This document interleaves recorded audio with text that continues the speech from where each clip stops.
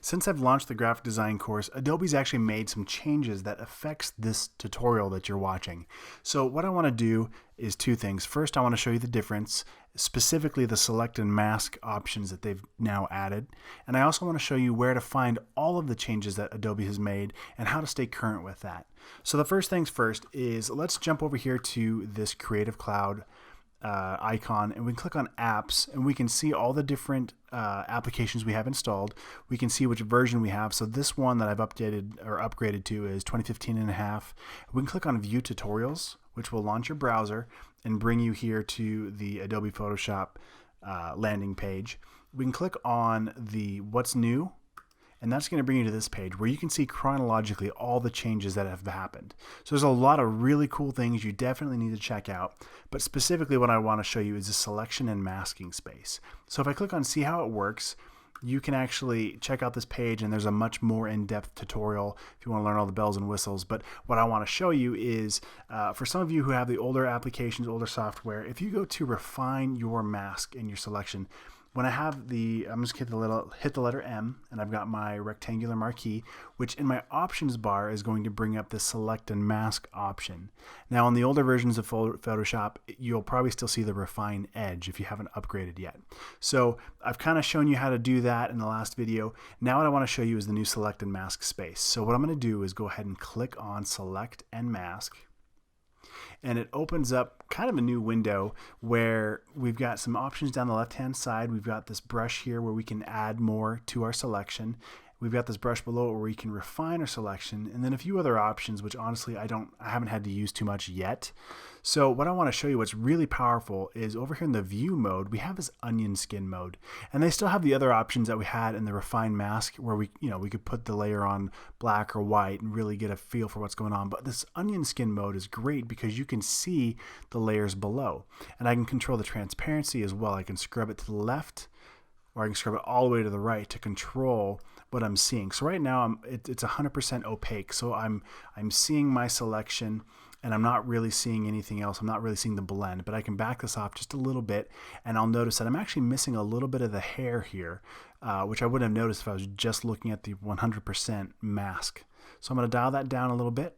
I'm going to come up here and choose my quick selection brush, and I can just basically click just once right in there, click once right in there, and it pretty much does a good job of adding in that piece that I missed.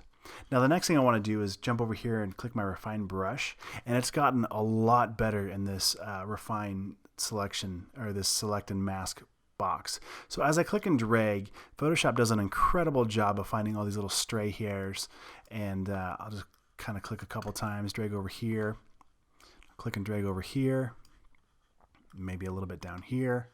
And if I accidentally get too much across the top of his head right here, those white highlights blow out and it actually looks like it's transparent.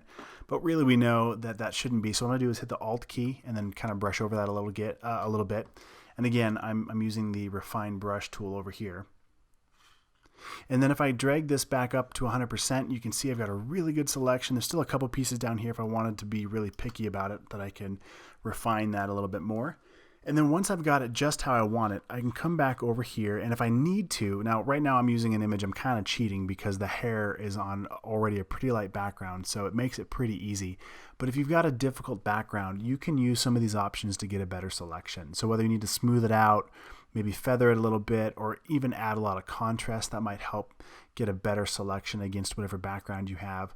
Or you could even shift the edge. If I scrub this all the way to the left, you can see that it sucks that image, that selection in, or if I scrub all the way to the right, it really blows it out and gives it a lot more space around my selection. But I found that Photoshop does a really good job right out of the box with the default settings for most images. So these options are there to play with, but again, I would start with just the defaults and see how it does.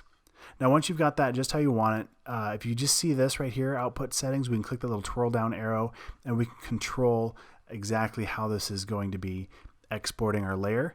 You might need to click on decontaminate colors. Now where this would come in handy, in this case I've got a black and white photo, so I really don't need to use it too much, but it did clean up this hair a little bit. So I had a little bit of white coming through, and let's say this was shot on a green screen, or in some other setting, maybe there's a red light and there's some color cast onto the edges here.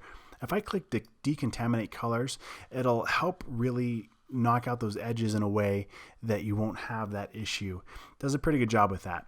Now, once you've done that, we'll go ahead and click on how you want to spit this out. Now, I typically would just leave this as, well, now that I click decontaminate colors, I don't have the option to keep it as a layer mask, which is typically how I would keep it. Since I click on that, it's grayed that out. I'm just going to make a new layer with my mask. And the reason why, let me go ahead and click OK, is because Photoshop has actually adjusted the colors around the edge of this photo. So it's actually manipulated the photo, and it saves the original just in case I'm not happy with it, if I ever need to go back to it. So anyway, I hope that helps, and I hope that clears some things up for you. I just want to take the time real quick to say thank you so much for signing up for this course. I hope you're learning a ton, and I'm going to do my best to keep this updated and as current as possible. If you ever come across any other changes like this that Adobe has made, please let me know. Feel free to hit me up on the Q&A or direct message through the Udemy platform. I try to get back to everybody within 24 hours when I can. Again, I just thank you so much for taking the time to join this class, and let me know if you have questions or if you need any help, or especially if anything has changed. All right, good luck, and here we go.